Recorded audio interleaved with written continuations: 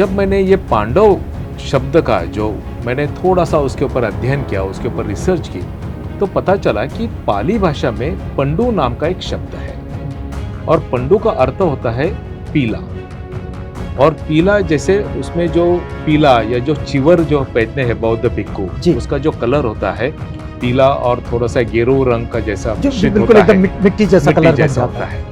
तो जब मैंने उसका और अध्ययन किया तो पता चला कि जैसे मैंने नासिक के बारे में सोचा था कि नासिक जो लोग थे वहां पर गांव में रहने वाले, उनको ये बौद्ध भिक्खुओं को भिक्खु कहते हैं ये पता नहीं था। तो जब लोग पूछते थे कि ये पहाड़ी के ऊपर जो गुफाएं हैं यहाँ पे कौन रहता है, तो वो कहते थे पंडु वस्त्रधारी जी। तो पंडु वस्त्रधारी आगे चलकर ये पंडु वस्त्रधारी बंद हो गया और सिर्फ वो पंडु कहने लगे। और क्योंकि ये लेनी थी तो इसीलिए उसको कहने लगे पंडु लेनी।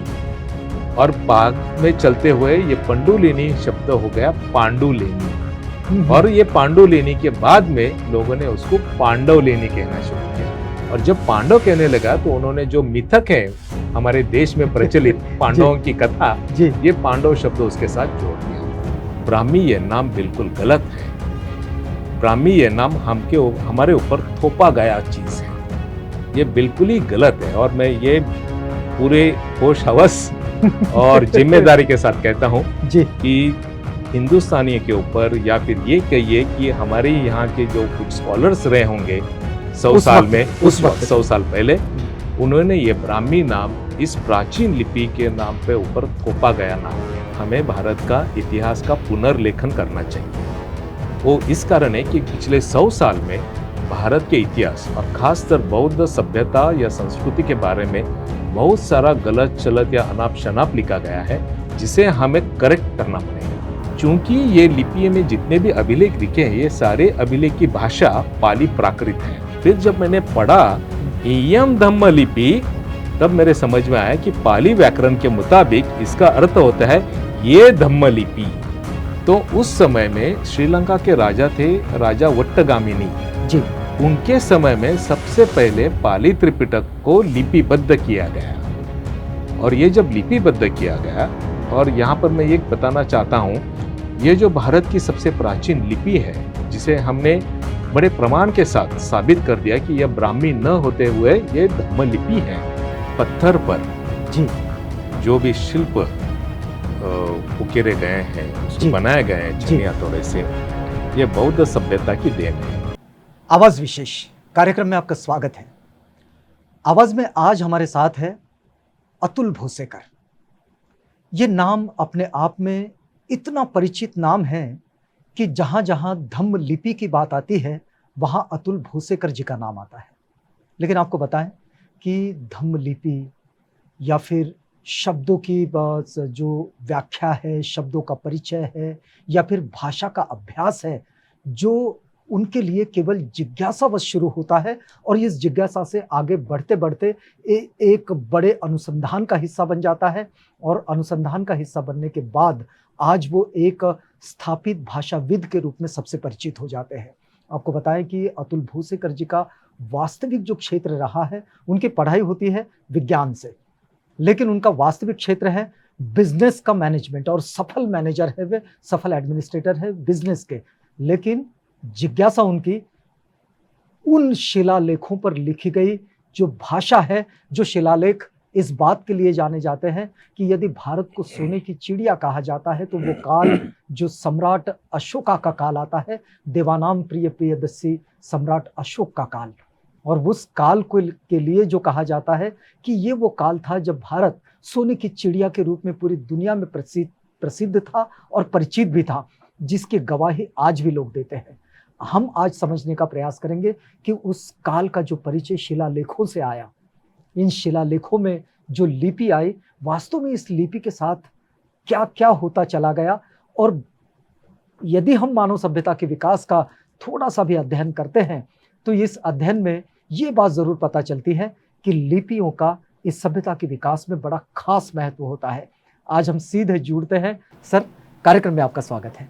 नमस्ते, जय भीम। लेकिन जब हम ऑफ कैमरा बातचीत कर रहे थे तो आपका कहना था कि ये जो पूरा जो स्टडी है ये बड़ा गंभीर है और बड़ा ही विस्तृत है। इसे बहुत गहराई से स्टडी करना होता है। मैं एक जो सामान्य बात जो दर्शकों के लिए जानी चाहिए, पहुंचनी चाहिए, आपका काम शुरू होता है विज्ञान के क्षेत्र से जहां आपकी पढ़ाई होती है। जी। आप काम करते हैं बिजनेस एडमिनिस्ट्रेशन में और एक सफल उद्यमी के रूप में आप परिचित हैं। लेकिन आपका जो काम, जिस काम के लिए इस वक्त दुनिया आपको पहचानती है, वो है पत्थरों पर उकेरी गई वो भाषा जो किसी भी चीज से मिटती नहीं है। जी। लोग रेत पर लिखा हुआ मिटा देते हैं, लेकिन पत्थरों पर लिखा हुआ जी। नहीं मिटता है और आप उसे पढ़ने की कोशिश करते हैं। ये जिज्ञासा कैसी है? जी देखिए कि जब मैं बिजनेस करता था और मार्केटिंग में था जी। तो पूरे भारत में मेरा संचार होता था और इसी सिलसिले में भारत की जो विरासत है, जो बौद्ध धर्म की विरासत है, उसे मुझे करीब से देखने का, उसका अनुभव करने का मुझे जो वक्त मिला था उस वक्त। जी। और फिर मैंने सोचा कि क्यों ना इसे जान दे, कि इसको जान ले कि ये बेसिकली क्या चीज़ है। ये जो अभिलेख दिखाई देते हैं, ये अभिलेख हमें क्या कहते हैं, क्योंकि पत्थर भी बोलते हैं जी। अगर इसको समझने की हम कोशिश जी हाँ, करेंगे तो। बिल्कुल बिल्कुल। यही बात है बौद्ध गुफाओं के बारे में भी। जी। हर शिल्प जो है कुछ ना कुछ कहता है, सिर्फ हमें उसको सुनने की, उसको समझने की हमारे पास उतना वक्त चाहिए, उसकी उतनी जिज्ञासा होनी चाहिए। लेकिन एक मुझे बात बताइए, आपकी आप तो बिजनेस के सिलसिले में जी। बाहर जाते रहे, तो क्या आपको इन अभिलेखों ने ही आकर्षित किया या फिर अन्य अभिलेख भी, या फिर अन्य चीजें भी, या फिर पुरातत्वीय जितनी सामग्री है उन सब ने आपको आकर्षित किया? मुझे तो भारतीय सभ्यता ने आकर्षित किया था सबसे शुरुआत में। जी। और भारतीय सभ्यता की शुरुआत होती है बौद्ध सभ्यता से, सही मायने में अगर देखा गया तो, पुरातात्विक और ऐतिहासिक रूप से। क्या इसको इस रूप में भी कहा जाएगा कि यदि मानवीय सभ्यता के विकास की अगर स्टडी करनी है तो वो इसी स्टेप्स से जाएगी? बिल्कुल। अब देखिए, ये देखिए कि हम जब लिपि के बारे में बात करते हैं या अभिलेख के बारे में, जी। ये जो लिपि है, ये मानवीय आविष्कारों में से लिपि शास्त्र या लिपि विज्ञान, ये सबसे महत्वपूर्ण आविष्कार है मनुष्य का या मानव का। और भारत में ये सिलसिला जब शुरू होता है, जैसे हमें कुछ मृत भांडों पे यानी क्ले टैबलेट्स के ऊपर सिंधु सभ्यता में कुछ अक्षर दिखाई देते हैं, जिसके ऊपर आज भी भाषाविद और अनेक लिपि तज्ञ जो है, इनमें आपस में बनती नहीं है कि ये क्या चीज है। लेकिन भारत की सबसे प्राचीन लिखावट ये सम्राट अशोक के अभिलेख है। और ये अभिलेख क्या चीज है, इसने क्यों लिखा है, ये मेरे मन में एक जिज्ञासा उत्पन्न हुई थी, जैसे पहले वाले इतिहासकारों में भी उत्पन्न पहली बार हुई थी। आपने ये जो अभिलेख देखे होंगे तो आपने क्या सोचा? मैंने ये सोचा कि ये क्या लिखा गया है, इसमें क्या लिखा है, इसमें क्या विरासत है, इसने किसने या कौन किसने लिखा ये सारी चीज, और क्यों लिखा। देखिए, पहली बात आती है कि जब हम ये कुछ चीज देखते हैं तो पहले समझने की कोशिश करते हैं कि ये क्या है। जी। सबसे इंपॉर्टेंट है कि आपके मन में एक जिज्ञासा होनी चाहिए जानने की। जी। तो मैं जानना चाह रहा था कि ये चीज क्या है। और जब मैंने कुछ किताबें वगैरह रेफर की तो पता चला ये कुछ अभिलेख है, किसी राजा ने लिखा है, किसी ने ये लिखा है। जब मैंने सम्राट अशोक के अभिलेख देखे तो मुझे पता चला कि उन्होंने उसके बारे में बहुत कुछ लिखा है।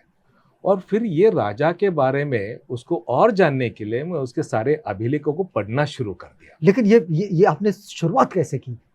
क्योंकि आप क्या उस लिपि को जान रहे थे या पहले से कोई स्टडी में था आपके?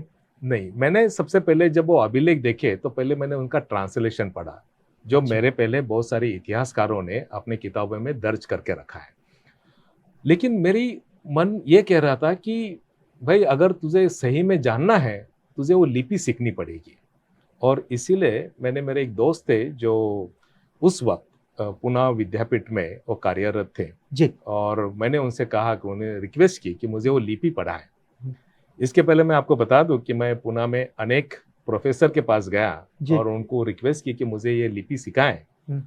कई ने उसके बहुत सारे दाम बताए जो मेरे बजट के बाहर थे जी। और कई ने कहा कि भाई हमारे पास वक्त नहीं है, तुम्हें सीखना है तो खुद सीख लो कहीं से।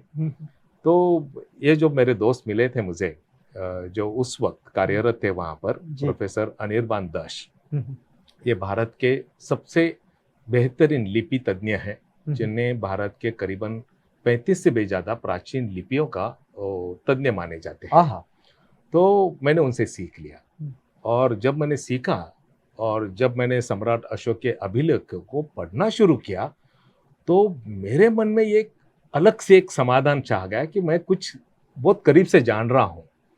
और जैसे जैसे मैं पढ़ता चला गया तो मुझे पता चला कि इनके बारे में जितना भी ट्रांसलेशन किया गया है, लिप्यांतर किया गया है, कहीं ना कहीं उसमें चूक है। कुछ चीजें छोड़ दी गई है। कुछ चीजें छोड़ दी है, कुछ चीजें शायद उसका गलत अर्थ निकाला गया है। और फिर मैंने देखा कि क्योंकि मैं पाली पढ़ रहा था उस वक्त। अच्छा। और गौरतलब ये बात तो है कि पाली को आप देवनागरी में पढ़ रहे थे? जी, पाली को जैसे हम लोग देवनागरी में पढ़ते हैं, हर जगह पे पढ़ाया जाता है। लेकिन मैंने आपसे पूछा आप देवनागरी, जी, तो क्या इसको देवनागरी कहा जाए? सही में इस लिपि का नाम है नागरी। ये देव शब्द जो है बाद में जोड़ा गया है। अच्छा, जो गलत है। तो हम इसे भी एक काउंटर रिवॉल्यूशन का हिस्सा माने? Absolutely, absolutely. मतलब जिसे बाबा साहेब इंगित करते हैं? एब्सोल्युटली। ये जो नाम है, इतिहास में मैंने कई बार कहा है कि हमें भारत का इतिहास का पुनर्लेखन करना चाहिए। वो इस कारण है कि पिछले 100 साल में भारत के इतिहास और खासकर बौद्ध सभ्यता या संस्कृति के बारे में बहुत सारा गलत चलत या अनाप शनाप लिखा गया है, जिसे हमें करेक्ट करना पड़ेगा। अच्छा, मतलब इस प्रोसीजर को, मतलब आपके पूरे अध्ययन की प्रक्रिया को अगर सीखा समझा जाए तो इसे करेक्ट करने की प्रक्रिया कहा जाए। एब्सोल्युटली। क्योंकि ये बात शुरू होती है जी। कि जब मैं अभिलेख पढ़ रहा था सम्राट अशोक के, तो मुझे बताया गया इस लिपि का नाम है ब्राह्मी। तो मेरे मन में जिज्ञासा पैदा हुई। और सब लोग इस बात को इसी नाम से जानते हैं। जी। और मेरे मन में ये जिज्ञासा पैदा हुई कि इसको ब्राह्मी क्यों कहते हैं जी। इसका क्या कारण हो सकता है। और फिर मैंने बहुत सारे रेफरेंस पढ़ना शुरू की कि जहां पर इन्होंने इसको ब्राह्मी किस लिए कहा गया, इसका कुछ तो सोर्स होना चाहिए। क्या पाया क्या आपने? और मैंने पाया कि ब्राह्मी ये नाम बिल्कुल गलत है। ब्राह्मी ये नाम हमारे ऊपर थोपा गया चीज है, ये बिल्कुल ही गलत है। और मैं ये पूरे होश हवस और जिम्मेदारी के साथ कहता हूं जी कि हिंदुस्तानी के ऊपर, या फिर ये कहिए कि हमारे यहाँ के जो कुछ स्कॉलर्स रहे होंगे 100 साल में, उस वक्त 100 साल पहले, उन्होंने ये ब्राह्मी नाम इस प्राचीन लिपि के नाम पे ऊपर थोपा गया नाम है ये। क्योंकि लेकिन उस वक्त में बहुत सारे इतिहासकार वो भी तो रहे होंगे जो लिपि की स्टडी करते रहे होंगे। वे भारत से संबंधित नहीं होंगे, भारत के बाहर से रहे होंगे, लेकिन वो भी इसकी खोजबीन कर रहे होंगे। उन्होंने इन चीजों को कैसे स्वीकार लिया? क्योंकि ये तो बात मानी जा सकती है कि हमारे क्षेत्र में एक रिवॉल्यूशन पर एक काउंटर भी होता है, और काउंटर रिवॉल्यूशन का भी अस्तित्व दिखता है, रिवॉल्यूशन का भी अस्तित्व दिखता है। मतलब क्रांति और प्रतिक्रांति दोनों एक दूसरे के साथ चलते हैं। यदि बाबा साहेब की भाषा में कहे तो भाई क्रांति के गर्भ में ही प्रतिक्रांति की बीजें होती है, और प्रतिक्रांति के गर्भ से ही क्रांति का जन्म होता है। तो ये बात तो बाबा साहेब कहते हैं। लेकिन जो इतिहासकार भारतीय परिक्षेत्र के बाहर के थे, मतलब ये इस भौगोलिक क्षेत्र से बाहर से आए थे, जी, उन्होंने इसे क्यों स्वीकारा होगा? ये जो ब्राह्मी जो नाम है इस लिपि के लिए, आपका स्टडी में क्या आया? जी, मैं भी उसी सोर्स की तरफ गया था। ये नाम पहले सबसे किसने दायर किया जी, और मुझे पता चला कि करीबन 19वीं शताब्दी में ल्यूकोपेडिया नाम के एक विदेशी जो अभ्यासक है वो भारत में आए थे।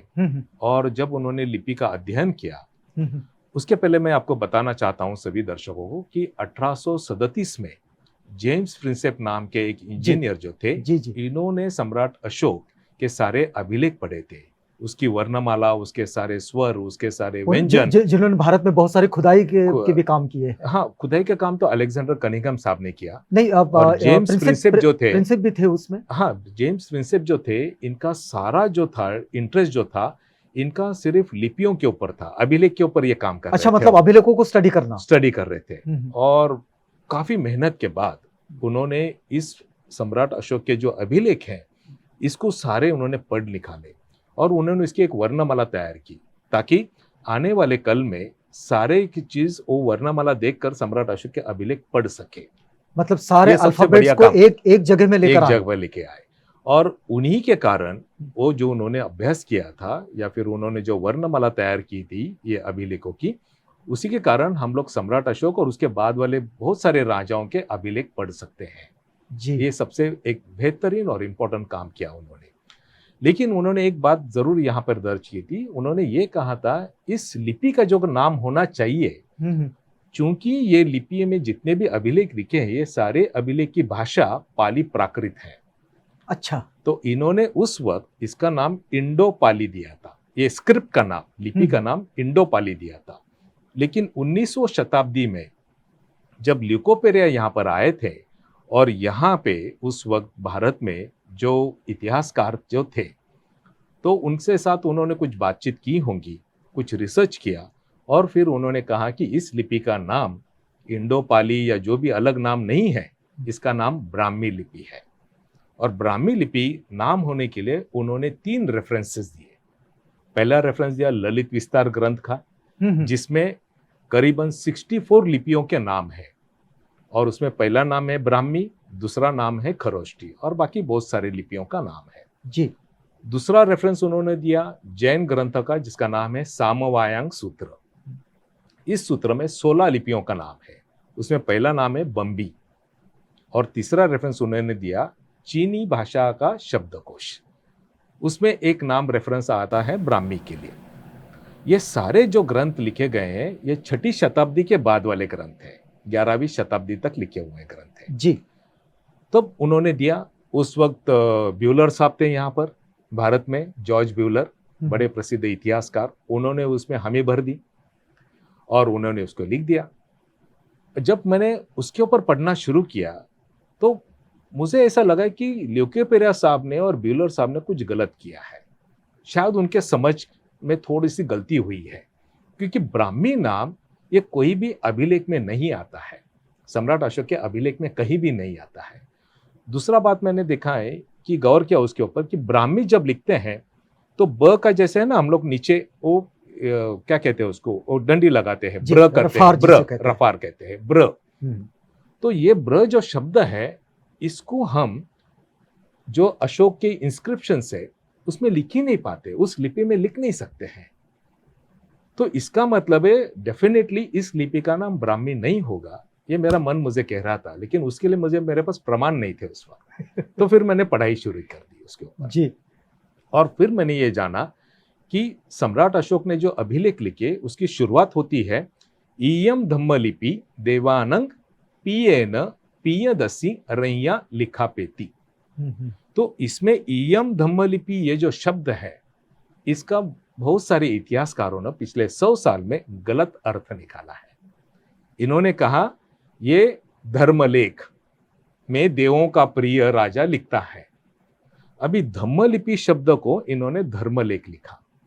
अंग्रेजी में वही हमारे जो पुराने इतिहासकार थे, ब्रिटिश इतिहासकार, उन्होंने लिखा रिलीजियस एडिक्ट्स, क्योंकि यहाँ के लोगों ने कहा धम्मलिपि का अर्थ होता है धर्मलेख। तो ये बात जो है मेरे मन में बसी कि धम्मलिपि और धर्मलेख ये मेरे कुछ समझ में नहीं आ रहा था, क्योंकि लिपि और लेख शब्द तो समझ सकते हैं। और फिर मैंने उसके ऊपर अध्ययन करना शुरू किया और फिर जब मैंने ये पाया कि ये सारे अभिलेख पाली प्राकृत में है, लेकिन जब इसका भाषांतर किया यहाँ के लोगों ने तो उन्होंने इसको संस्कृत व्याकरण का प्रमाण लगा दिया। और यही सबसे बड़ी गलती, यानी गलती नहीं बोल सकते, ये जानबूझकर की गई गलती है, क्योंकि पाली को अपना व्याकरण है। जब पाली को अपना खुद का व्याकरण है तो पाली के अभिलेखों को अगर उसको समझना है तो हमें पाली व्याकरण का प्रमाण लगाना चाहिए, ना कि संस्कृत भाषा का व्याकरण। बिल्कुल बिल्कुल। ये और ये जो और यही this was the starting point और यही से मैंने शुरुआत की। और फिर जब मैंने पढ़ा इयम धम्म लिपि तब मेरे समझ में आया कि पाली व्याकरण के मुताबिक इसका अर्थ होता है ये धम्म लिपि। अब प्रश्न उठता है कि ये धम्म लिपि अशोक ने क्यों लिखी, वहां पर उसको लिपि का नाम लिखने का क्या जरूरत थी, क्योंकि हम लिखते नहीं ना ऐसे, ये नागरी लिपि में मैं ये पत्र लिख रहा हूं, ऐसे कोई लिखता नहीं है, या मैं ये इंग्लिश या ये रोमन स्क्रिप्ट में मैं ये पत्र लिख रहा हूं इंग्लिश में, हम लोग ऐसे लिखते नहीं है। लेकिन फिर अशोक को ये लिखने की जरूरत क्या थी? और तब मेरा एक दूसरा लॉजिकल रीजनिंग उसके पीछे आ गया कि आज जैसे पूरे भारत में हर अलग अलग राज्यों में हम अलग भाषा और अलग लिपि का इस्तेमाल करते हैं जी। तो उस वक्त भारत में सम्राट अशोक के समय शायद भाषाएं अलग होगी, लिपियां भी अलग होगी, जो प्रादेशिक लिपि या प्रादेशिक भाषा, इसलिए उन्हें ये लिखने की जरूरत पड़ी कि ये मैं धम्म लिपि में लिख रहा हूं। जी। तो लेकिन ये बात गौर करने वाली चीज है कि सम्राट अशोक के जितने भी अभिलेख भारत में दिखाई देते हैं वो सारे इसी लिपि में लिखे हैं और सारे की भाषा पाली प्राकृति है। सिर्फ जो शाहबाज गढ़ी में यानी पेशावर में आज के पाकिस्तान में या फिर यूं कहिए आज के कंदहार प्रदेश में अफगानिस्तान में ये जो उनके वहाँ के अभिलेख है वो अलग भाषा में है, लेकिन भारत में जितने भी अभिलेख है ये सारे पाली प्राकृत में है। एक बात साहब समझना चाहेंगे कि जैसे शिलालेखों पर तो ये भाषा दिखाई देती है, जो धम्मलिपि में सारे अभिलेख दिखाई दे रहे हैं, क्या यही वो लिपि है जिसमें ताम्रपटों पर जहाँ बुद्ध वचनों को संग्रहित किया गया है? क्या वो दोनों लिपि एक सी है? नहीं, इसमें ऐसा है कि जो बुद्ध वचन को जब संग्रहित किया गया, लिखा गया सबसे पहले जी, तो उसका हमें जो प्राचीन या ऐतिहासिक जो प्रमाण मिलते हैं तो ईसा पूर्व 78 यानी मतलब ये कनिष्का का वक्त देखा जाए। नहीं 78 BCE। अच्छा, ये फर्स्ट सेंचुरी के भी पहले वाला 78 BCE। तो उस समय में श्रीलंका के राजा थे राजा वट्टगामिनी जी, उनके समय में सबसे पहले पाली त्रिपिटक को लिपिबद्ध किया गया। और ये जब लिपिबद्ध किया गया, और यहाँ पर मैं ये बताना चाहता हूँ, ये जो भारत की सबसे प्राचीन लिपि है जिसे हमने बड़े प्रमाण के साथ साबित कर दिया कि यह ब्राह्मी न होते हुए ये धम्मलिपि है। ये धम्मलिपि बुद्ध के भिक्खु संघ के साथ, यानी जो भिक्खु संघ जो अलग अलग देशों में गए, ये अपने साथ ये पाली वचन यानी बुद्ध के वचन जो पाली भाषा है, ये लिपि है, ये साथ में लेके गए हर देशों में। और इसी के साथ श्रीलंका की जो भाषा है आज की तारीख में, उनकी जो स्क्रिप्ट है वो सारी की सारी भारत के पाली भाषा से और धम्मलिपि से प्रभावित है। मतलब आज ये दिखाई देता है? बिल्कुल। क्या पाली के बहुत सारे शब्द भी उसमें दिखाई देते हैं? बिल्कुल। जैसे उदाहरण के तौर पर पाली भाषा के जितने भी शब्द है, जैसे आज हम जो मराठी बात करते हैं जी, मराठी में 80% शब्द ये पाली भाषा के हैं। सेम श्रीलंकन के जो भाषा है, सिंहली भाषा जो है, इसके करीबन 70 से 80% शब्द ये पाली भाषा के हैं। आप अगर थाईलैंड की भाषा देखोगे, थाई भाषा, उसकी भाषा भी है पाली भाषा से प्रभावित है। आप बर्मीज भाषा देखिए, उसकी भाषा भी पाली भाषा से प्रभावित है।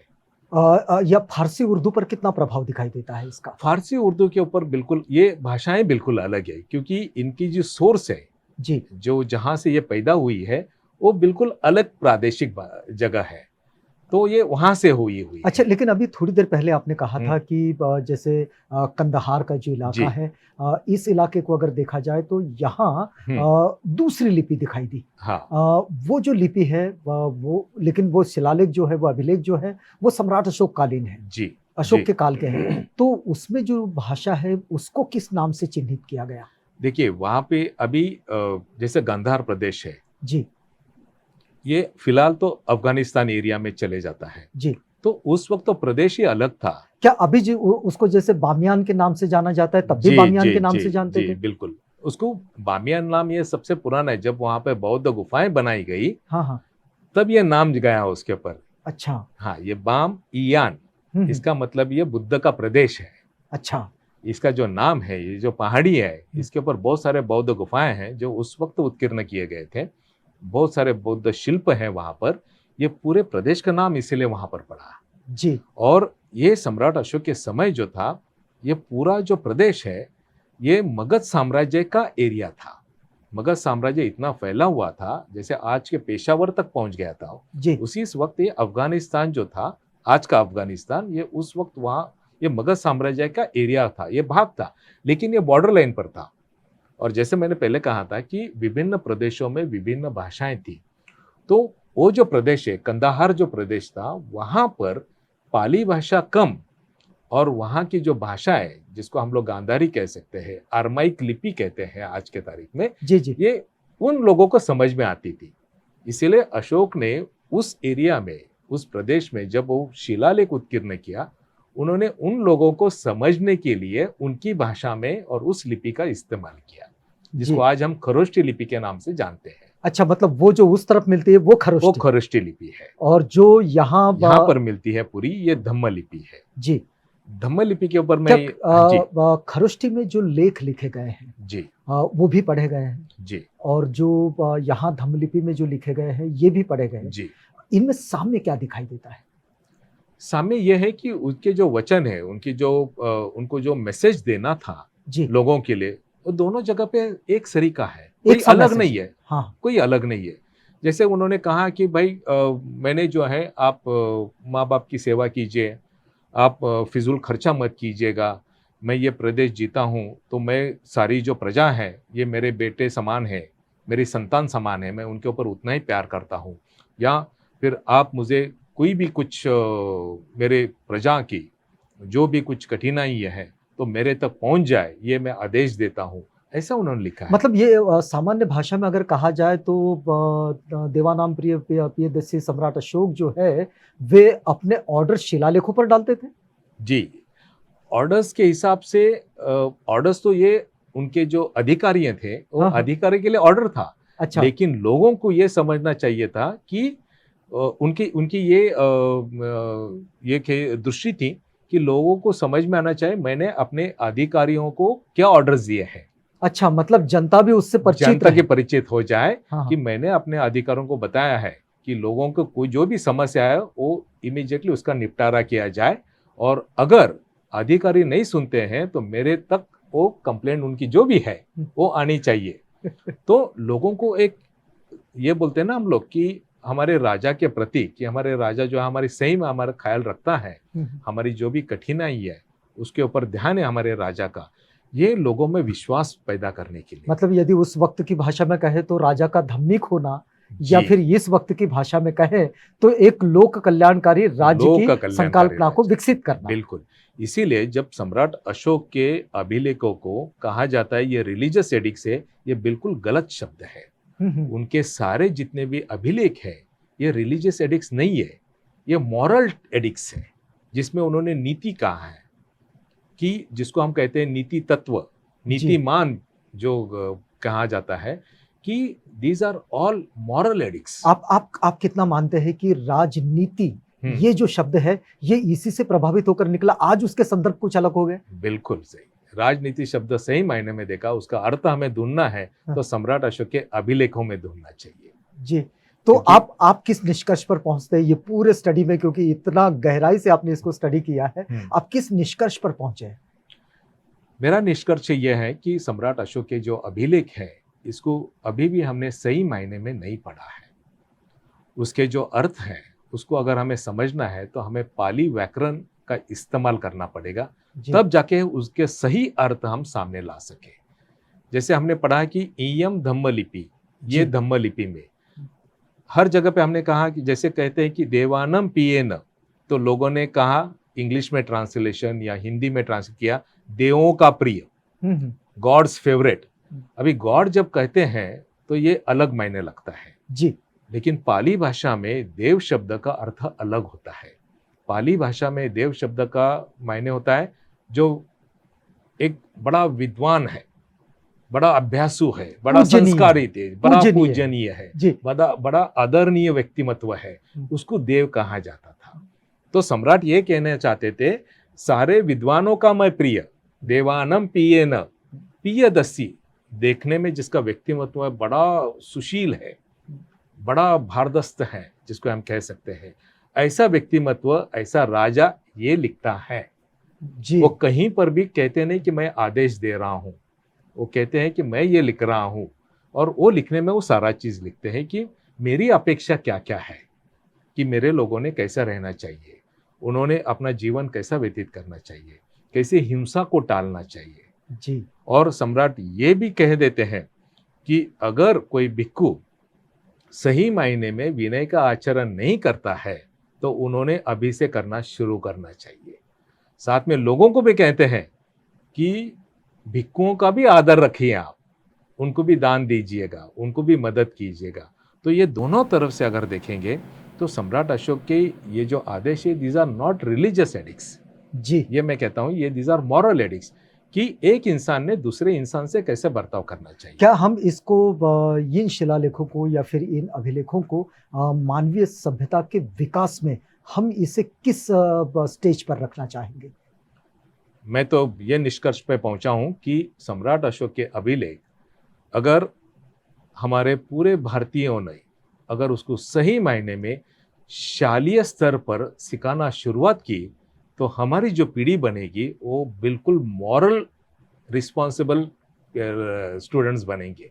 उसका कारण यह है मतलब कि जो मॉरल साइंस बच्चों को जी। उसका स्कूलों में पाठ्यक्रमों में पढ़ाया सिखाया पढ़ाया जाता जाता है, उसमें इन चीजों को इन शामिल चीजों करना को चाहिए। शामिल करना चाहिए, क्योंकि वो मॉरल्स के सिवा कुछ बात ही नहीं करते, अलग बात ही नहीं कर रहे। जी। उन्होंने यहां तक कहा है कि किसी का धर्म का द्वेष मत कीजिए। हम्म। देखिए 2200 साल पहले सम्राट लिखते हैं कि मेरे प्रदेश में अलग अलग पंथ के अलग अलग धर्म के लोग रहते हैं, आप किसी दूसरे धर्म का द्वेष मत कीजिएगा, उनके धर्म की अच्छाई जान लो, आपके धर्म की अच्छाई उन्हें बता दो और जो अच्छाई है दोनों की उसको इस्तेमाल करो, और उसे विकसित करो। उसे विकसित करो, उस तरह की राह चलो। मतलब आज के वक्त की जो सेकुलरिज्म की कंसेप्ट सेक्युलरिज्म है, कंसेप्ट है वो हमें भारत में 2200-2300 साल पहले दिखाई देती है, जी। जो बुद्ध वचन की भाषा है। ये जो वचन आ रहे हैं जी। ये बुद्ध के वचन हैं। एक बात है, आपसे बात करने में बड़ा मजा आ रहा है, लेकिन एक हम ये समझना चाह रहे हैं कि इस वक्त में अभी शिलाओं पर लोग नहीं लिखते अभिलेखों को, अभी आज तो डिजिटल माध्यम आ चुके जी। हैं। ये आज के वक्त की जो लिखने की प्रक्रिया, ये प्रक्रिया और उस वक्त की प्रक्रिया, मतलब जिनको शिलालेखों में आपने देखा है, क्योंकि वो भी एक राजा का अपनी प्रजा के प्रति, या फिर ये कहें कि राजा का अपने उस भौगोलिक क्षेत्र के प्रति जो प्रेम है, और उस क्षेत्र को वो जिस तरह से गढ़ना चाहते हैं, उसको बनाना चाहते हैं, उसके लिए उन्होंने इन चीज़ों को लिखे। इस वक्त में भी चीज़ें लिखी जा रही है, जी। पूरी दुनिया में चीज़ें लिखी जा रही जी। है। आज उसको हम अभिलेख कहें, शिलालेख तो नहीं कह सकते, लेकिन इन अभिलेखों की आज की प्रकृति और उन लेखों की उस वक्त की प्रकृति, क्या इसका कोई तुलनात्मक स्टडी आपने करने की कोशिश की? अगर हम लिपि का विकास देखें जी। तो सम्राट अशोक ने जो अभिलेख में जो लिपि लिखी, जो जी। भारत की सबसे प्राचीन लिपि है, हम्म।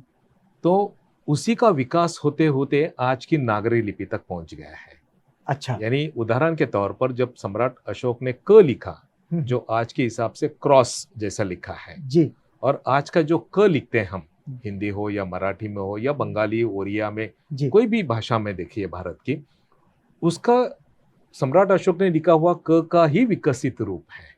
अच्छा। और ये जो स्थित्यांतर है, ये पूरा जो पिछले 2200-2300 साल के जो ये है, इसको हम सही मायने में पढ़ सकते हैं अलग अलग राजाओं के अभिलेख पढ़कर। जी। ये हमें पता चलता है कि सम्राट अशोक के समय में लिखा गया क, ये कुषाण काल के क में कैसे परिवर्तित हुआ, वहां से गुप्त काल में कैसे परिवर्तित हुआ, वहां आगे चलकर आज की जो क लिखते हैं हम भारत के विभिन्न भाषाओं में, उसमें कैसे परिवर्तित हुआ। ये पूरी एक स्टडी है। इसीलिए कहते हैं कि लिपि विज्ञान जो है, अगर आप लिपि विज्ञान में सही मायने से लोगों ने जिज्ञासा दी और उसको पढ़ने की कोशिश की, तो हमें पूरे भारत की सभ्यता जो है ये हमारे सामने आ सकती है। अच्छा, एक बात बताइए कि उस वक्त में मतलब ये जो लिपि को विकसित करना या फिर लिखना, ये तो एक विशिष्ट मतलब काम होता है, क्योंकि ये इसके लिए भाषा से एक प्रेम भी होता है, इससे चित्रकारिता भी जुड़ती है, इससे कला भी जुड़ती है। हम ये समझना चाह रहे हैं कि उस वक्त में यदि समाज को या उस वक्त के समुदाय को अगर कोई मार्गदर्शक के रूप में उपस्थित थे, तो वो बौद्ध भिक्षु थे। जी। आप कैसा मानते हैं आपकी स्टडी में कि बौद्ध भिक्षुओं की कितनी भूमिका रही होगी इन भाषा शास्त्र के विकास में, या फिर इन लिपियों के विकास में, या फिर इस लेखन कला के विकास में? आपकी स्टडी क्या कहती है? जी, बौद्ध भिक्षुओं की बहुत ही बड़ी भूमिका रही है इस सारी चीज में, क्योंकि जैसे भगवान बुद्ध ने कहा था चरित भिक्खवे में, अलग अलग जगह पे आप विचरण करते जाइए, और वो भी बुद्ध एक विचन, जाइए, और वो भी एक जाइए, अकेले जाइए, क्यों अलग अलग दिशा में जाना चाहिए सभी ने। तो जब ये बौद्ध भिक्षु बुद्ध के वचन लेके चले जाते थे अलग अलग प्रदेशों में, तो वहां के लोगों को उनकी भाषाओं को, उनकी लिपियों को, उनके विचार करने के तरीकों से वो प्रभावित करते थे बुद्ध जी। वचन के द्वारा। हम्म।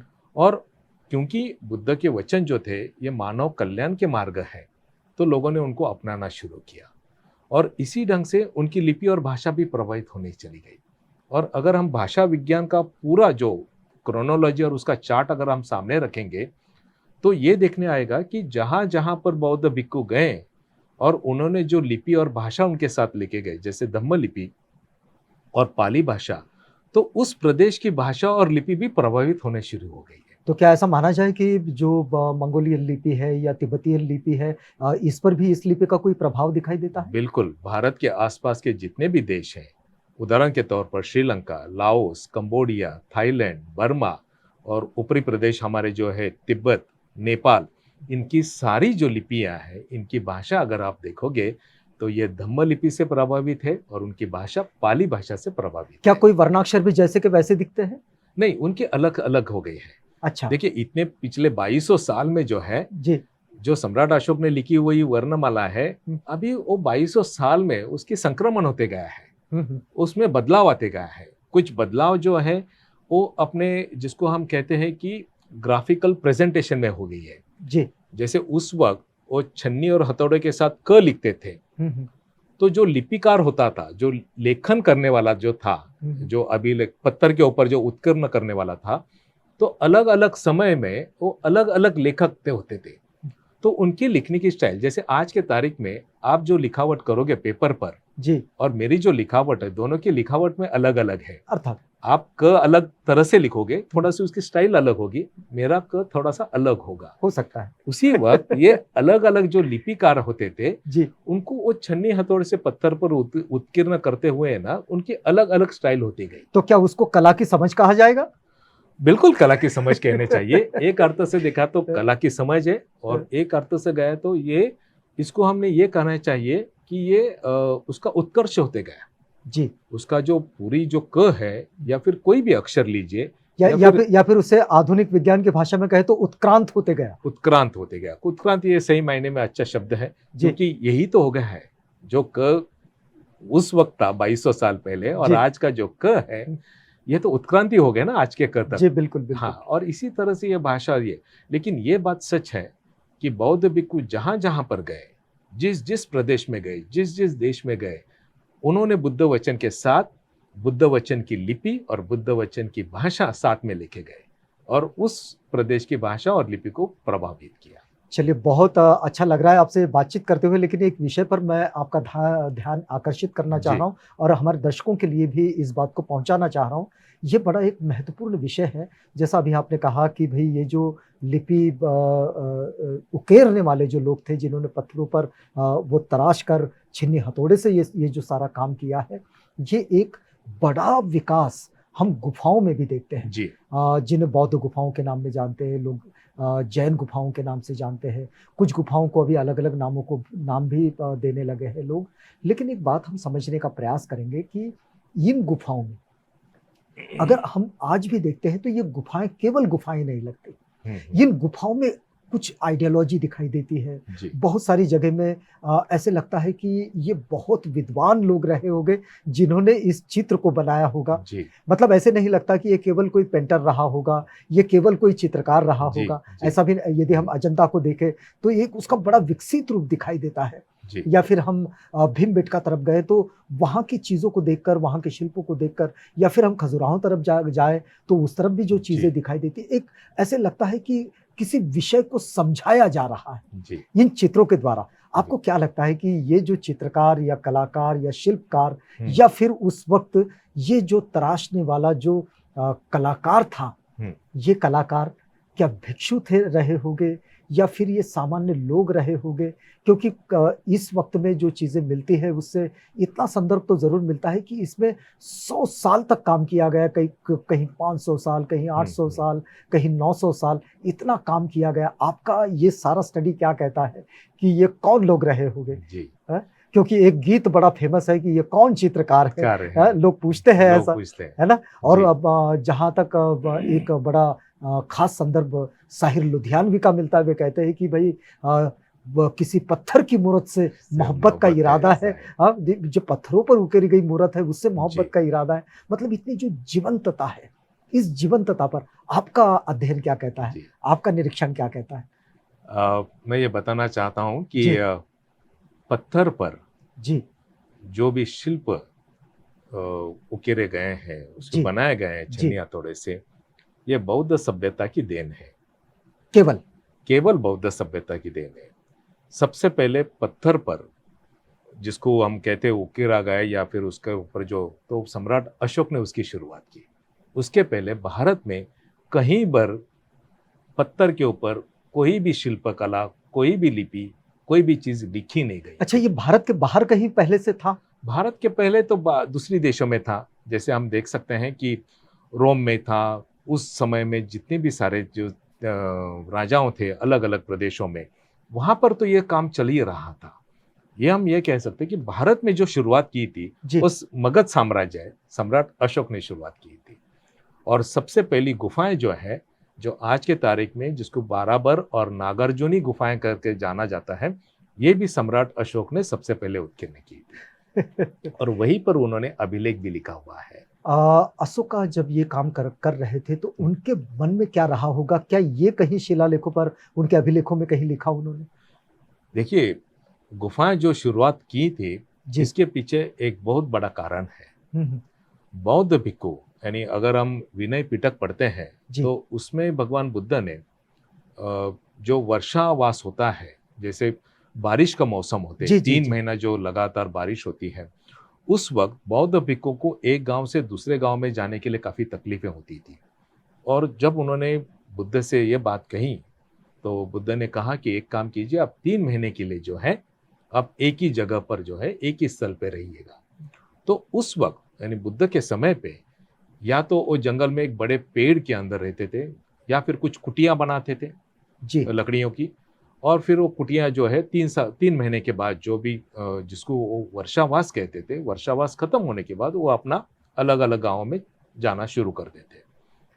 अभी ये बरसात के मौसम में ये कुटिया टूटती थी, फूटती थी, और काफी तकलीफें बौद्ध भिक्खु को होती थी।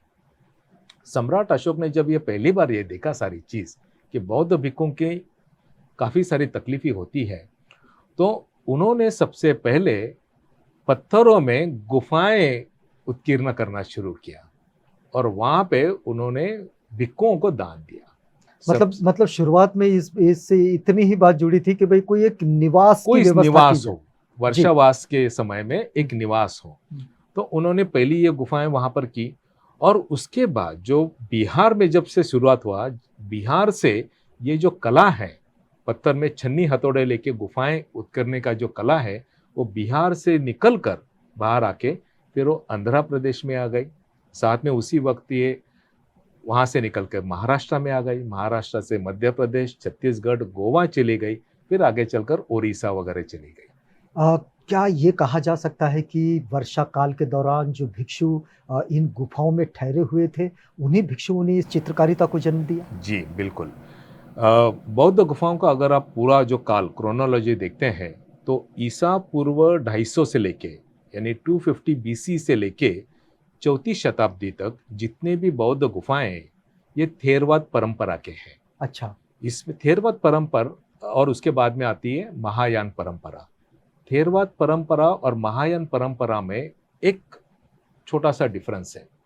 थेरवाद परंपरा में भगवान बुद्ध की कहीं भी शिल्प नहीं दिखाई देंगे आपको। अच्छा, बुद्ध को एक रूप के तरह उन्होंने पेश किया है, जैसे एक स्तूप, प्रतीकों के रूप में। प्रतीक, हुँ। फिर एक बोधि वृक्ष, या फिर धम्म चक्र, या फिर या फिर पदचिन्ह बुद्ध कहें। पद, जी, बुद्ध पद जिसको हम कहते हैं पद जी। चिन्ह।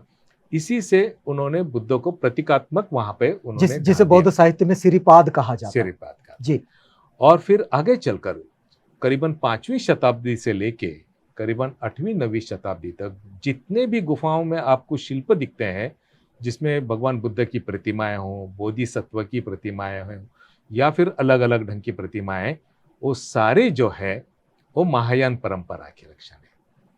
लेकिन ये जी, बात वो सच है। उसके बाद का विकास। जी, उसके बाद का विकास। और ये गुफाएं जब होती थी, तो राजाओं को उस समय काफी अभिमान होता था कि मैं ये गुफाएं जो है उत्कीर्ण करके बौद्ध भिक्खुओं को दान दे रहा हूँ। ऐसे उन्होंने अभिलेखों में स्पष्ट रूप में लिखा हुआ है। अच्छा। और यही नहीं तो उन्होंने ये कहा है ये चहु दिस्स म्हणजे चारों दिशाओं के जितने भी भिक्खु हैं उनके लिए मैं ये दान दे रहा हूँ।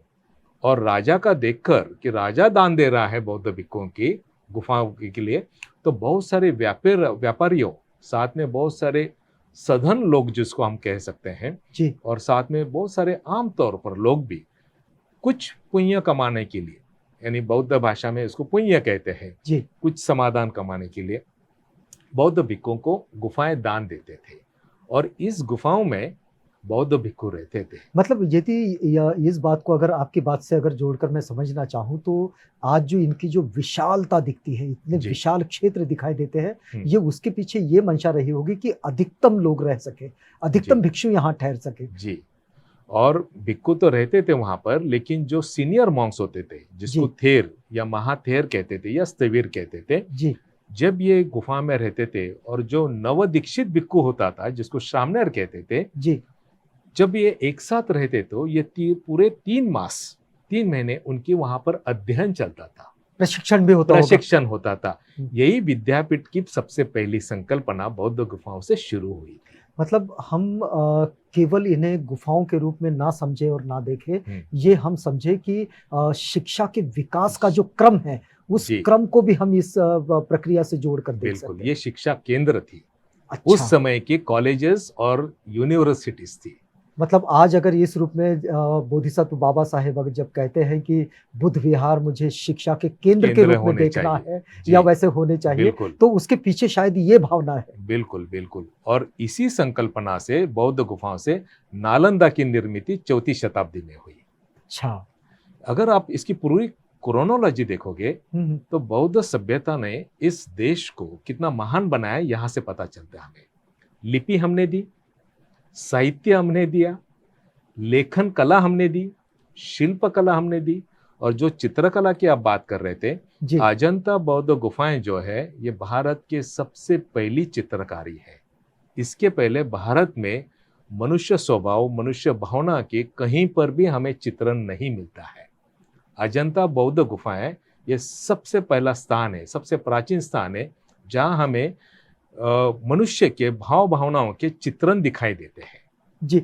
लेकिन इसको समझे कैसे, क्योंकि यहाँ जो चित्र दिखाई देते हैं इन चित्रों को काल्पनिक कहा जाए या उस वक्त का जो समुदाय था या समाज था ये उसका रिफ्लेक्शन कहा जाए? ये जो सारे अगर आप देखोगे अजंता में जो चित्रकला दिखाई देती है हमें, ये सारे जातक कथाएं हैं। ये जातक कथाएं हमें जो पाली साहित्य में दिखाई देते हैं। जी। तो उसमें उस सामाजिक राजकीय ये सारा वर्णन जो है हमें उन चित्रों में पता, मतलब जो परिदृश्य वो उन्होंने उनके जातकों में जी, पढ़ा जी। सुना देखा वो हमें वहां पर दिखाई देता है। अच्छा। उनका जैसे कहते हैं खान पान, उनके कपड़े पहनने का ढंग, उनके गहने पहनने का स्टाइल, उनके हेयर स्टाइल, ये सारे के सारे हमें वहां दिखाई देते हैं। सारा श्रृंगार भी जो है, सारा पूरा श्रृंगार। यही नहीं, आप बौद्ध गुफाओं में जाओगे तो वहां पर भी बहुत सारे वहां पे आम जनता या राजाओं के चित्रण दिखाई देते हैं। वहां पे स्त्री अधिकारियों के चित्रण दिखाई देते हैं। गौरतलब यह है कि जितने भी राजा हुए जिन्होंने ये दान दिया था, भले वो सम्राट अशोक के समय से लेकर सातवाहन राजा जो थे जिन्होंने ये बहुत सारे बौद्ध गुफाएं इस यहाँ पर उत्कीर्ण की, उनके समय में वहां पर स्त्री अधिकारी नियुक्त थे जो सम्राट अशोक की देन है। जी। सम्राट अशोक ने सबसे पहले स्त्री अधिकारियों को वहां पर अपने राज्य में स्त्रियों के प्रश्नों के लिए वहां पर उन्होंने उनको स्थापित किया था। एक बात, लेकिन जैसे श्रृंगार जो है, ये श्रृंगार और श्रृंगार का रस, श्रृंगार की भावना, अपने आप को सजाना, ये मनुष्य स्वभाव में रहा है। एक दूसरी बात दिखाई देती है कि बुद्धिस्ट प्रैक्टिसिंग में लोग ये कहते हैं कि भाई ये जो बाह्य श्रृंगार है, इस श्रृंगार की कोई खास आवश्यकता नहीं होती, श्रृंगार ये आंतरिक होता है। लेकिन बावजूद इसके हमें बौद्ध गुफाओं में जो चित्रकारिता दिखाई देती है, इसमें जिन पुरुषों को भी दिखाया जाता है या महिलाओं को भी दिखाया जाता है वो श्रृंगारिक दिखाई देते हैं, बहुत सारे आभूषणों का इस्तेमाल करते हैं। आपको क्या लगता है कि ये उस वक्त का एक सामान्य स्वभाव था क्या ये उस वक्त का जो बौद्ध समुदाय रहा होगा या फिर बौद्ध अनुयायी रहे होंगे, क्या वे बहुत आभूषणों के साथ अपने आप को रखते होंगे? जी। ये किसका रिफ्लेक्शन रहा होगा? जी। आपका स्टडी क्या कहता है? जितने भी बौद्ध गुफा में जो चित्रण है, जो शिल्प है या चित्रकला है, जी। ये वहाँ की उस वक्त के सामाजिक जो स्थिति थी हम्म। उसका प्रतिबिंब है वहां पर। जी। तो ये मतलब देखा आज भी हम अगर आदिम जनजीवन को देखें तो वो देखते वैसा दिखाई देता है। वो दिखाई देता है। अगर आप देखोगे उनके उनके जो आभूषण थे, उनकी जो स्टाइल थी, तो इसको हम अलग ढंग से देखेंगे। ये देखें कि उस वक्त का जो समाज था, अब इन सारे चित्रकारों में, इन सारे शिल्पों में आपको सामान्य जन भी दिखाई देते हैं जी। जिनके ऊपर कोई आभूषण नहीं है। उनके कपड़ों के ढंग से, उनकी जो बॉडी लैंग्वेज है, वो पता चलता है कि वो सेवक वर्ग है, कुछ कामकार है। कोई खेती करने वाला किसान है, तो ये कोई काम करने वाला किसान है। और साथ में हमें अधिकारी और राजाओं भी दिखाई देते हैं। उनके आभूषण, उनके कपड़ों का ढंग अलग अलग है। और जब वो बौद्ध गुफाओं में दिखाई देते हैं तो हमें ये बात का प्रतीत होता है, या फिर शिल्पकारों को ये बताना जरूरी समझते हैं कि समाज के सभी वर्ग जो है ये बुद्ध वचन के प्रति अपनी श्रद्धा अर्पण करने के लिए इस गुफाओं में आ रहे हैं, इस गुफाओं में आते हैं। मतलब वो संपूर्ण चित्र को अगर समझा जाए। जी जी जी, हमें बौद्ध गुफा में जो शिल्प है इनको हमने समझना चाहिए। ये चित्रकार जो है उसके पास बड़ा कम समय या स्पेस मिलता है उसके पास। वो इतने 1 square feet by 1 square feet या 10 square feet by 10 square feet में उसको ये दिखाना पड़ता है कि पूरा समाज का प्रतिबिंब करना पड़ता है उसके अंदर। और ये एक बड़ी चुनौती है। तो उसी उतनी स्पेस में उतने बहुत सारे चीज डाले हुए हैं। उसको हमें सही ढंग से समझना चाहिए कि वो ये बताना चाह रहा है कि बुद्ध वचन की तरफ या बुद्ध विहार की तरफ, यानी जो गुफाएं थी ये बुद्ध विहार है, इसकी तरफ सर्वसामान्य लोग जो हैं वो भी आते थे और साथ में राजाओं भी आते थे। राजाओं को आते, जैसे सामान्य लोग एक पैदल चलकर आते थे, राजा हत्ती पे दिखाए, कोई सिंह पे बैठ के आ रहा है, कोई घोड़े पे बैठ के आ रहा है, ये भी हमें दिखाई देता है वहां पर। अच्छा, एक बात और समझेंगे कि लेणी जो होती है वो लेणी और गुफाएं, क्योंकि इन दोनों पर भी आपका एक बड़ा विस्तृत काम चलता है, तो इन दोनों को क्या अलग अलग माना जाए या फिर दोनों एक ही? लेनी शब्द जो है ये हमें पाली प्राकृत में मिलता है, अभिलेखों में उसका शब्द इस्तेमाल किया गया है। अच्छा। यही शब्द मराठी में लेनी करके आया है। लेनी का जो मूल धातु है, यानी ये पाली से, जैसे मैंने कहा कि बहुत ये भाषा जो हमारी प्रभावित हुई पाली भाषा से जी। लेनी का जो रूट है, धातु है, वो है लयन, यानी डेकोरेट करना। अच्छा। जिसको हम बोलते हैं लावण्य शब्द जो आया है वो लेनी शब्द से आया हुआ है। लावण्य, लेपन, ये सारा लिपि, लेना, ये शब्द जो है ये सभी पाली भाषा की देन है।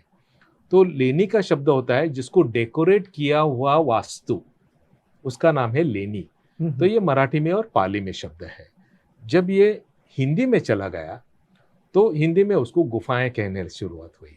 लेकिन गुफाओं का मतलब होता है सिर्फ एक पहाड़ के अंदर या पत्थर के अंदर जो है एक जैसे रूम बनाई गई है, एक गुफा बनाई गई है, उसको सजाया नहीं गया हुआ है। लेकिन आमतौर पर बताया जाता है कि ये बौद्ध गुफाएं हैं, तो ये प्रचलित हो गया है कि गुफाएं शब्द जो है ये बौद्ध गुफाएं हैं, इसको सजाया हुआ है। मराठी में जो शब्द है इसके दो शब्द हैं, एक है गुहा। गुहा का मतलब है नॉन डेकोरेटिव, एक नेचुरल गुहा भी हो सकती है या उत्कीर्ण की गुहा, लेकिन उसमें डेकोरेशन नहीं है। लेनी का मतलब होता है जिसको सही ढंग से शिल्पों से सजाया गया हुआ है, जिसको सही मायने में छन्नी हथौड़ी लेके उसमें कुछ प्रतिमाएं बनाई गई हों, या फिर उसमें कोई रूम्स बनाए जिसको हम भिक्खु निवास गृह कहते हैं, या कोई और चीज भी उसमें दर्शाई। लेकिन एक बात तो बताइए कि ये जो लेणे कहें या फिर प्रचलित भाषा में बौद्ध गुफाएं कहें, इन गुफाओं पर 700 800 वर्ष लोगों ने काम किया, इतने लंबे समय तक काम किया, कई पीढ़ियों ने काम किया होगा, लेकिन इसके कंटिन्यूटी को कैसे बना पाए ये लोग? ये कंटिन्यूटी इसीलिए बन पाया, क्या इसके लिए भी शिलालेखों पर कोई चीजें लिखी गई थी कि इस चित्र को इस तरह से विकसित करना है या फिर ये चित्र ऐसे विकसित होगा, ऐसा कुछ था? नहीं, इसकी अगर सारे बौद्ध गुफाओं की अगर हम क्रोनोलॉजी उसको पढ़ने की कोशिश करते हैं जी, तो ये पता चलेगा कि सारे शिल्पों में जो है कुछ बातें बहुत ही समान है। जैसे चैत्यगृह की जो फसाद है, कमान है, जी। हाँ, एंट्रेंस जो है वो सारी जगह पे एक सारी का है। जो बाराबर गुफाओं से पहले वहां से शुरुआत की सम्राट अशोक ने, उससे ढंग से हर चैत्यगृह की डिजाइन जो वो बिल्कुल सही ढंग वैसे ही बनाई गई है। लेकिन शिल्पों का जो है, जिसको हम ये कह सकते हैं कि उसमें जो अलग अलग ढंग से उत्कीर्ण किया गया हुआ है, तो ये पीढ़ी दर पीढ़ी ये काम चलता आ रहा था। तो जैसे एक पीढ़ी काम कर रही है, उसके नीचे असिस्टेंट है, कोई ना कोई काम कर रहा है, तो वो भी सीख रहा है अपने सीनियर मास्टर से कि भाई कैसा काम करना है। जैसे आज के तारीख में जब हम एक बिल्डिंग बनाते हैं, जी। तो बिल्डिंग में आप देखोगे कि हर अलग अलग टाइप के वर्कर्स होते हैं, कि उसका बेस बनाने वाला कोई अलग टीम होती है, उसकी जो दीवारें बनाने वाले, कॉलम्स बनाने वाले अलग अलग टीम होती है, और ये जो सीनियर आदमी होता है उसके नीचे कोई बहुत सारे असिस्टेंट्स होते हैं, और ये असिस्टेंट्स पढ़ते रहते हैं कि भाई कैसा बनाना है ये काम। लेकिन इसमें एक मैप भी तो होता है, जी, तो क्या उसका भी पहले कोई मैप दिखाई देता है? मतलब आपके अध्ययन में क्या चीज मिलती है? इसका जरूर मैप होना चाहिए, क्योंकि उस समय के जो स्थापत्य शास्त्री जो कहेंगे हम लोग, जी जी आर्किटेक्ट्स कह जी। सकते हैं आज की भाषा में, वो काफी ज्ञानी होने चाहिए। क्योंकि पत्थर देख के वो जान सकते थे कि पत्थर को कितने अंदर तक मुझे उत्कीर्ण करना है, कितने हाइट तक करना है, कितने विड्थ तक करना है, जो आज भी हम आज के तारीख में अच्छे अच्छे लेजर से भी पता नहीं चल सकता है हमें। वो ये काम करती थी कि कौन सी गुफा मुझे 20 फीट अंदर लेनी है, जी। कौन सी गुफा मुझे 10 फीट तक ही जाना है, कौन सी गुफा मुझे 40 फीट तक अंदर जाना है। तो उनके पास काफी बड़ा ज्ञान होगा जो आज हम भूल चुके हैं, और उसका कोई भी लेकिन डॉक्यूमेंटेशन ये नहीं होना मिला है। चाहिए। जरूर होना चाहिए। चलिए, चलते चलते एक बात हम आपसे जानना चाहेंगे, ये बड़ी लंबी बातचीत है, जी। लेकिन एक बात हम चलते चलते जानना चाहेंगे कि ये जो बौद्ध गुफाएं, ये बौद्ध लेणे हैं, ये है तो मूल रूप से बौद्ध सभ्यता से और बौद्ध संस्कृति से, बौद्ध कला से विकसित होती हुई, लेकिन इन्हें पांडव गुफा के नाम से भी इस वक्त में जी। हम यदि हमारा पुरातत्व सर्वेक्षण विभाग देखें या भारतीय पुरातत्व सर्वेक्षण देखें, तो इनके बोर्ड्स पर, इनके फलकों पर ये दिखाई देता है कि इसे पांडव गुफा कहा जाए। जी तो ये बात क्या है? जी, बहुत ही बड़ा सुंदर सा प्रश्न है, क्योंकि ये हर जगह पे हमें ये समस्या दिखाई देती है। जी जैसे मैं नासिक से हूँ, तो नासिक की जो गुफाएं हैं, त्रिरश्मि बौद्ध गुफाएं, इसको पांडवलेनी कहा जाता था। और जब मैंने इसके ऊपर अध्ययन किया, तो अंदर जो मुझे अभिलेख जब मैंने पढ़ा, तो वहां पे बिल्कुल सही मायने में लिखा था सातवाहन राजाओं ने कि तिरनु पब्बते, यानी ये त्रिरश्मि पर्वत के ऊपर की जो लेनी है बौद्ध भिक्खु को दान दी गई है। तो जब मैंने ये पांडव शब्द का जो मैंने थोड़ा सा उसके ऊपर अध्ययन किया, उसके ऊपर रिसर्च की, तो पता चला कि पाली भाषा में पंडु नाम का एक शब्द है, और पंडु का अर्थ होता है पीला। और पीला जैसे उसमें जो पीला या जो चिवर जो पहनते हैं बौद्ध भिक्खु, उसका जो कलर होता है पीला और थोड़ा सा गेरू रंग का जैसा मिश्रित बिल्कुल होता है, एकदम मिट्टी जैसा मिट्टी कलर बन जैसा जाता होता है। तो जब मैंने उसका और अध्ययन किया, तो पता चला कि जैसे मैंने नासिक के बारे में सोचा था कि नासिक जो लोग थे वहां पर गांव में रहने वाले, उनको ये बौद्ध भिक्खुओं को भिक्खु कहते हैं ये पता नहीं था। तो जब लोग पूछते थे कि ये पहाड़ी के ऊपर जो गुफाएं हैं, यहाँ पे कौन रहता है, तो वो कहते थे पंडु वस्त्रधारी। जी। तो पंडु वस्त्रधारी आगे चलकर ये पंडु वस्त्रधारी बंद हो गया, और सिर्फ वो पंडु कहने लगे। और क्योंकि ये लेनी थी, तो इसीलिए उसको कहने लगे पंडु लेनी। और बाद में चलते हुए ये पंडु लेनी शब्द हो गया पांडु लेनी। और ये पांडु लेनी के बाद में लोगों ने उसको पांडव लेनी कहना शुरू किया। और जब पांडव कहने लगा, तो उन्होंने जो मिथक है हमारे देश में प्रचलित पांडवों की कथा, ये पांडव शब्द उसके साथ जोड़ दिया उन्होंने, और पांडव की कथा रचित की गई है। और इसका मैं पूरे प्रमाण के साथ कह सकता हूँ, बिकॉज ब्रिटिश डॉक्यूमेंट्स मेरे पास है। 1910 में इन्होंने इसको पंडु केव्स कहा, 1940 में उसको पांडु केव्स कहा है, और फिर बाद में चलकर उन्होंने 1950 के बाद इसको पांडव केव्स कहना शुरू किया। तो ये क्रोनोलॉजी हमने समझना चाहिए। तो हमने इस आधार पर, मतलब ये जो आपने क्रम दिखाया है, क्रम बताया है, इस आधार पर ये भी समझा जा सकता है कि किस तरह से जो बौद्ध संस्कृति का जो वास्तविक स्वरूप है, वो बदलते बदलते वक्त के साथ वो किसी दूसरे ही रूप में क्रिएट हो गया, क्रिएट हो गया। और वो इस वक्त जो दिखाई देता है न तो वहां की शुद्धता है और ना ही इस अशुद्धता को पूरा समझा जा रहा है ना। और तो इस बात को समझा जाएगा और ऐसे। इसीलिए उसका पुनर्लेखन करना काफी जरूरी है। चलिए, पूरा इस बात को हम लोग अगर रोकना जी। चाहेंगे तो भोसेकर जी, हमारे स्टूडियो से हमारे दर्शकों के लिए आपका एक जो रिमार्केबल स्टेटमेंट कहा जाए वो क्या होना चाहिए? क्या कहेंगे आप हमारे दर्शकों के लिए? मैं यही कहूँगा कि भारत की सभ्यता मूलतः बौद्ध सभ्यता है, और इसी को जानकर या इसी को हमने जानना चाहिए कि बौद्ध सभ्यता ने भारत की सभ्यता को किस ढंग से विकसित किया। और ये वही समय था, बौद्ध सभ्यता, जिस वक्त ये कहा जाता था कि भारत सोने की चिड़िया है।